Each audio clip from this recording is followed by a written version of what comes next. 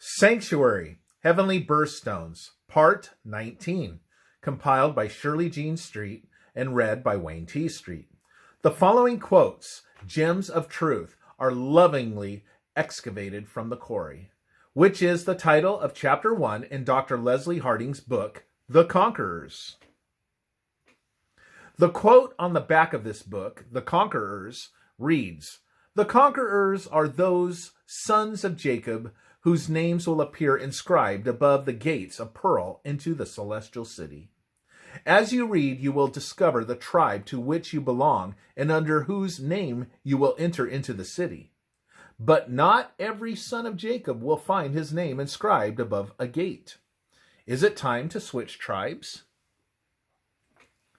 We shall, in the following chapters, carefully study the road each of these tribes took to reach, at last, the throne of God. Out of 4 marriages were born Jacob's 12 sons. Leah gave birth to his first son, Reuben.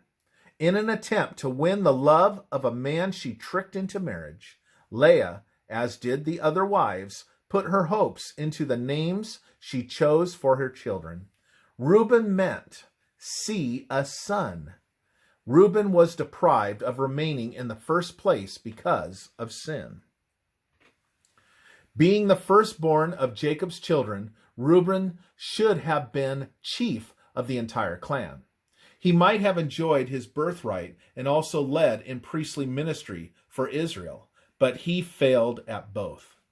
His father loved him dearly and had the highest hopes for him, but perceiving his fatal weakness, Jacob warned, "Unstable as water, you should not have preeminence, because you went up to your father's bed, then defiled it." Genesis chapter 49, verses 3 and 4. He did not control his passions, especially with his stepmother. Because of this sin, Reuben threw away his good name and peace of mind, and brought enmity and discord, sorrow and bitterness into his father's household. Reuben's ensign was a man created in God's image who failed badly, but was eventually redeemed. Temptation does not produce character, it reveals it. Reuben is described as unstable as water. In effect, Reuben was a slave to his passions, and he always took the path of least resistance. Like water, he had no firmness of character.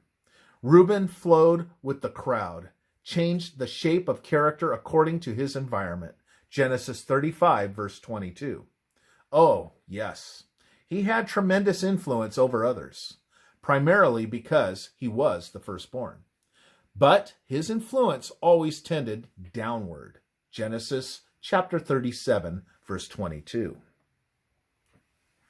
He was intemperate and wishy-washy, weak and unstable in character.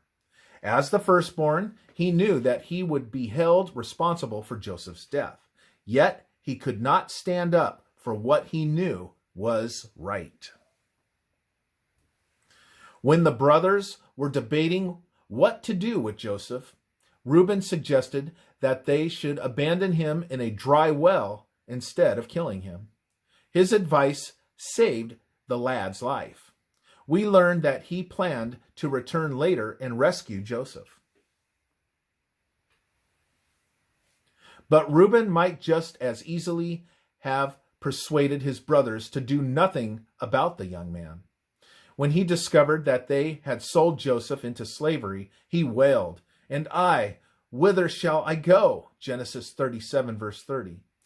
Reuben still thought only of himself and gave little consideration to the fate of his young brother or his bereft father.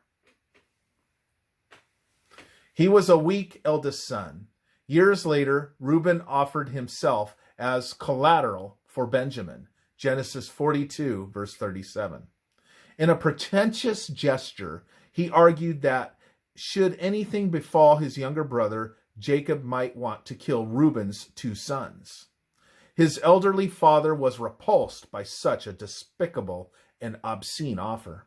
Besides, Jacob knew Reuben's instability and would have refused to trust him at that time, no matter what.